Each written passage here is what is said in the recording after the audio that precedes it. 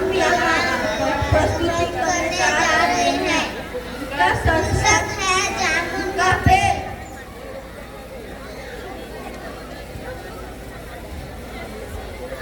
बंद मत करना इसको।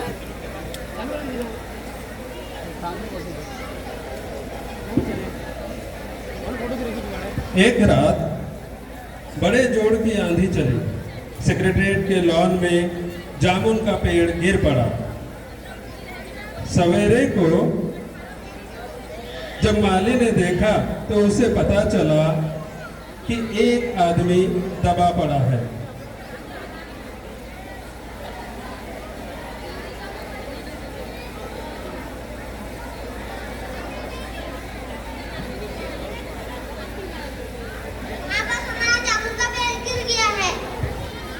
वहाँ बस हमारा पुराना जामुन का पेड़ गिर गया।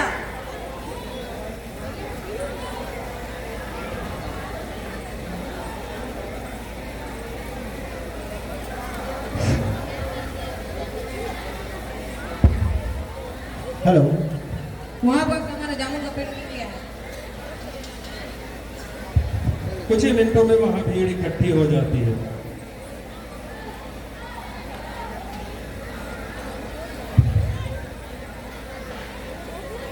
बेचारा जामुन का पेड़ कितना फलदार था और इसके फल इतने रसीले थे। फलों के मौसम में मैं इसके जामुने जोरी भर कर लाता था। मेरे बच्चे कितने खुशी से इसके जामुने खाते थे। मगर ये आदमी, हाँ यह आदमी जिंदा है या मर गया? मर ही गया होगा। जिसके पीठ के ऊपर इतना बड़ा और भारी पेड़ जो गिरा है, यह वाला कैसे जिंदा रह सकता है? नहीं, मैं जिंदा हूँ। जिंदा है। पेड़ को हटाकर जल्दी ही निकालना चाहिए। मुश्किल मालूम होता है। इस पेड़ का तना बहुत भारी और वजनी है। क्या मुश्किल है? अगर सुपरिटेंडेंट साहब हुक्म दे तो अभी 15-20 माली कलर चपरासी लगाकर दबे हुए आदमी को निकाला जा सकता है। हाँ, माली ठीक कहता है। लगाओ जोर, हम तैयार हैं।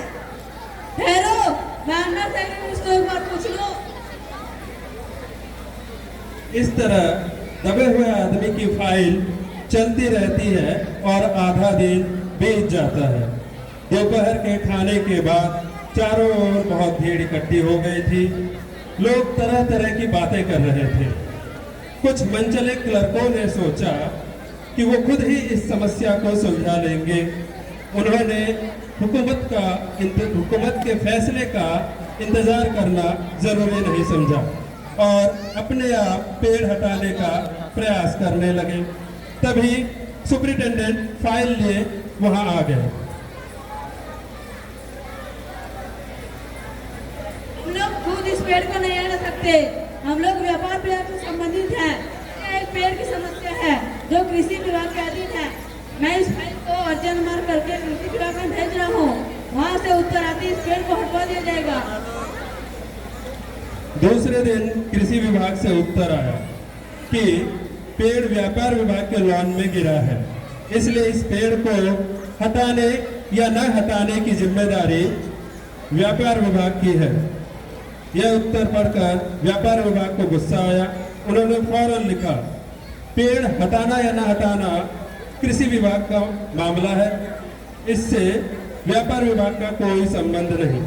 दूसरे दिन इसी तरह फाइल चलती रही। फिर शाम को जवाब आया।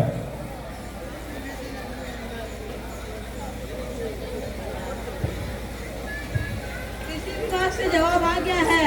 उन्होंने कहा है हम इस मामले को हॉर्टिकल्चर डिपार्टमेंट के हवाले कर रहे हैं, क्योंकि यह एक फलदार पेड़ का मामला है और एग्रीकल्चर डिपार्टमेंट अनाज और खेती बाड़ी के मामलों में फैसला करने का हकदार है। इसलिए यह पेड़ हॉर्टिकल्चर डिपार्टमेंट के अंतर्गत है।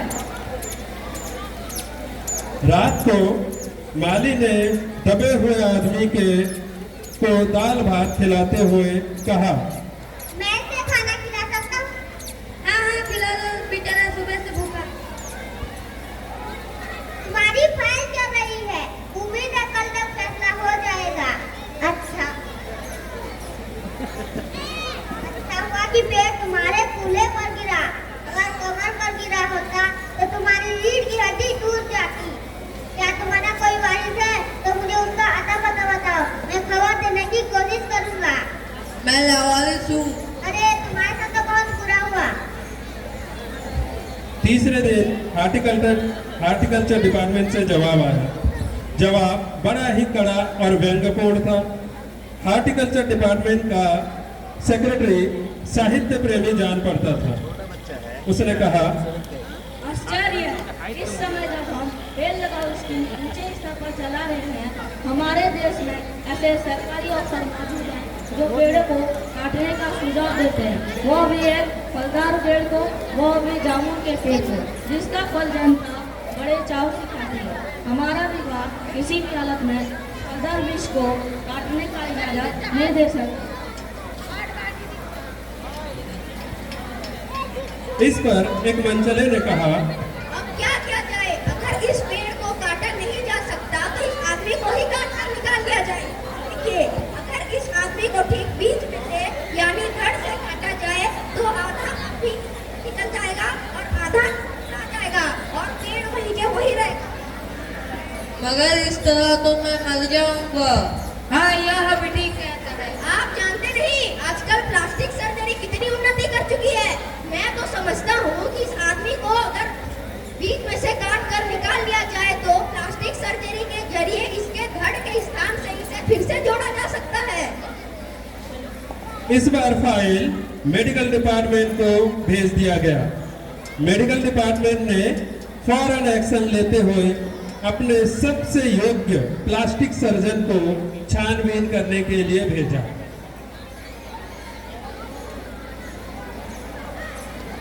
प्लास्टिक सर्जन ने दबे हुए आदमी को अच्छे से टटोला, उसका स्वास्थ्य देखा, खून का दाब चेक किया, उसके दिल की धड़कनें सुनी।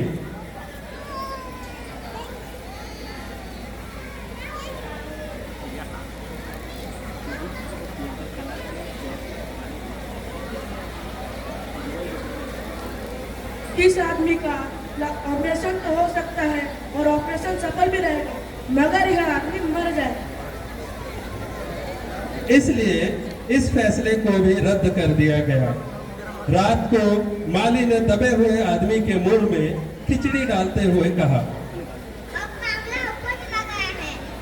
सुना है कि कल सेक्रेटेरियों का मीटिंग है, उसमें तुम्हारा टेस्ट रखा जाएगा।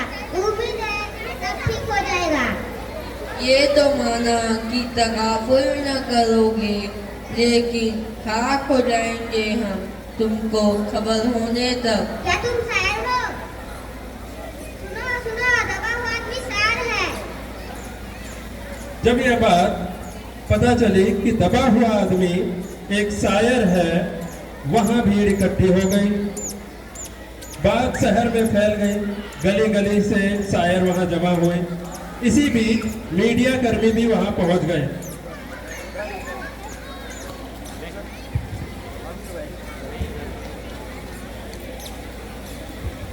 कल रात तेज आंधी आने के कारण जामुन का पेड़ गिर गया और यह आदमी दब गया। चलिए जानते हैं इनका नाम क्या है और इन्हें कैसा लग रहा है। आपका नाम? आपको कैसा लग रहा है? दबे हुआ आदमी का आप मदद नहीं कर रहे हो, आप यहाँ बस वीडियो बना रहे हो। उससे हमें क्या, हमें तो बस एक अच्छी सी न्यूज़ चाहिए। चलो। वहां भांति भांति के कवि इकट्ठे हो गए। कुछ मंचले क्लर्क और कविता प्रेमी सेक्रेटरियों ने दबे हुए आदमी को अपनी कविताएं सुनाई। वे चाहते थे कि दबा हुआ आदमी उनकी कविताओं पर आलोचना करे। ताजा हवा का झोंका आया, खुशबू तेरे संग लाया। ताजा हवा का झोंका आया, खुशबू तेरे संग लाया, तो दिल में ख्याल आया, मेरा दोस्त आज भी नहीं नहाया। जब यह बात पता चली कि वह कवि है, तो सेक्रेटरिएट की कमेटी ने फैसला किया, चूंकि दबा हुआ आदमी एक कवि है, तो इसकी फाइल न तो एग्रीकल्चर डिपार्टमेंट से संबंधित है, न हार्टिकल्चर डिपार्टमेंट से संबंधित है, बल्कि यह तो केवल कल्चरल डिपार्टमेंट से संबंधित है। उन्होंने कल्चरल डिपार्टमेंट से अनुरोध किया कि जल्द से जल्द फैसला करके कवि को इस फलदार पेड़ से छुटकारा दिलाया जाए।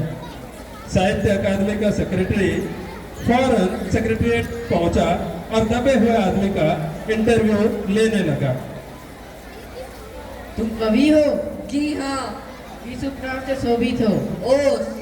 क्या तुम वही ओस हो जिसका गद्य संग्रह ओस के फूल हाल ही में प्रकाशित हुआ है? क्या तुम हमारे अकादमी के मेंबर हो? नहीं। बड़े आश्चर्य की बात है, इतने बड़े कवि ओस के फूल का लेखक और ये हमारे अकादमी का मेंबर नहीं।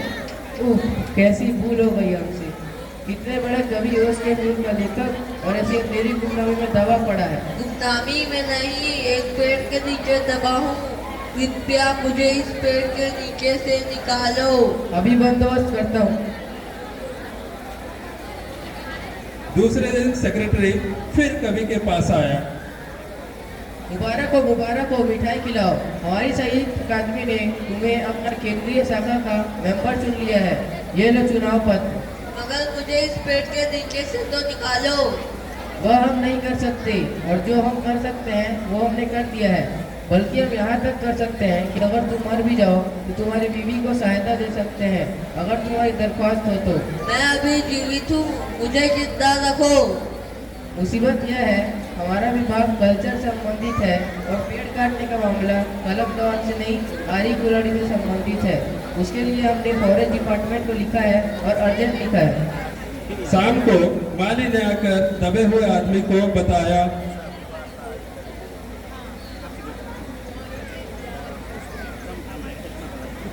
कल मोटी रात के आदमी आकर इस पेड़ को काट देंगे और तुम्हारी जान बच जाएगी। माली बहुत खुश था। दबे हुए आदमी का स्वास्थ्य जवाब दे रहा था, मगर उसे कल तक किसी तरह जीवित रहना था। दूसरे दिन फॉरेस्ट डिपार्टमेंट के लोग आरी कुल्हाड़ी लेकर पहुंचे, किंतु उन्हें पेड़ काटने से रोक दिया गया। पता चला कि विदेश विभाग ने मना कर दिया। कारण था कि 10 साल पहले पिटोनिया के प्रधानमंत्री ने यह पेड़ लगाया था। यदि पेड़ काट दिया जाए तो दोनों सरकार के मध्य के संबंध खराब हो सकते हैं, इसलिए पेड़ काटने से रोक दिया गया।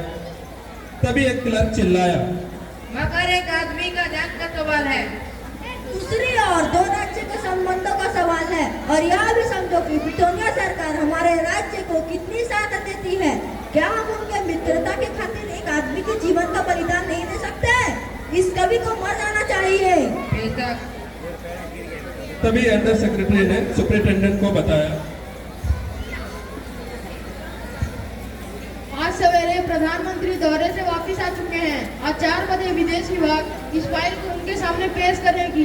वे जो उत्तर देंगे वही आखिरी उत्तर होगा। शाम को सुपरिटेंडेंट कवि की फाइल लेकर उसके पास आया। सुनते हो, प्रधानमंत्री ने इस पेड़ को काटने का आदेश दे दिया है और इस घटना की सारी जिम्मेदारी अपने सिर ले ली है। कल यह पेड़ को काट दिया जाएगा और तुम इस संकट से छुटकारा हासिल कर लोगे। सुनते हो, आज तुम्हारी फाइल पूर्ण हो गई। मगर कवि का हाथ ठंडा था। आंखों की पुतलियां निर्जीव और चींटियों की एक लंबी कतार उसके मुंह में जा रही थी। आज कवि का भी फाइल पूर्ण हो चुका था।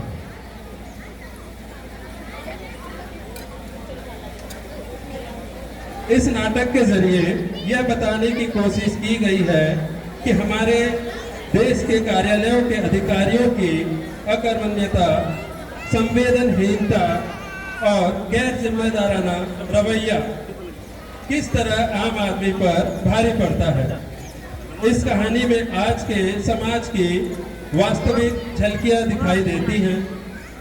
जामुन का पेड़ इस कहानी का शीर्षक है, जिसका उद्देश्य है कि हमेशा एक अच्छे नागरिक बनकर दूसरों की मदद करें। धन्यवाद।